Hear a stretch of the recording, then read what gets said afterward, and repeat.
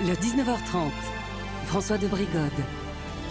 Alexandre Kalantarian est un investisseur heureux. Sur une dizaine de placements, il revendique 10 à 11% d'intérêt. Alexandre a souscrit au crowdlending. Son argent va directement à des entreprises en recherche de financement. Pour moi, les placements actuels sont tellement désastreux que je trouve que le crowdlending est la formule idéale pour avoir des taux d'intérêt valables. Moi, j'ai fait au moins une grosse dizaine de placements déjà et je n'ai jamais rencontré le moindre problème. Donc je pense que pour des gens qui ont mis de l'argent de côté, qui n'ont pas beaucoup d'argent et qui ont des craintes, le crowdlending est une formule certainement idéale. Cette start-up de la banlieue bruxelloise joue les intermédiaires entre des particuliers comme Alexandre et les entreprises. Les mises de départ sont de 500 €, le taux promis entre 6 et 12%. Tout se fait sur cette plateforme Internet.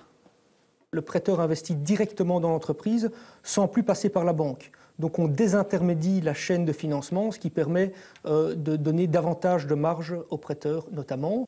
Vous mettez par exemple 5 000 €, calculez, vous allez percevoir au total 5 682,16 € précisément. Donc vous allez récupérer vos 5 000 €, vous allez avoir un gain de 682 €, soit un rendement annuel de 8,5%. Attention car il y a un risque, le capital n'est pas garanti en cas de faillite même si le danger est très faible car chaque entreprise est scrutée. Mais entre les fonds de placement, les devises ou encore les produits d'assurance, gagner de l'argent sans risque zéro, c'est devenu impossible. Il faut commencer par faire la différence entre épargne et placement. Il y a beaucoup de gens qui considèrent le compte d'épargne comme un placement.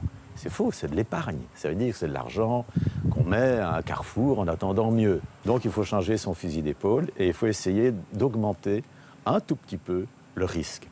Parce que si on n'a pas de risque aujourd'hui, si on ne prend pas de risque, on n'a tout simplement pas de rendement.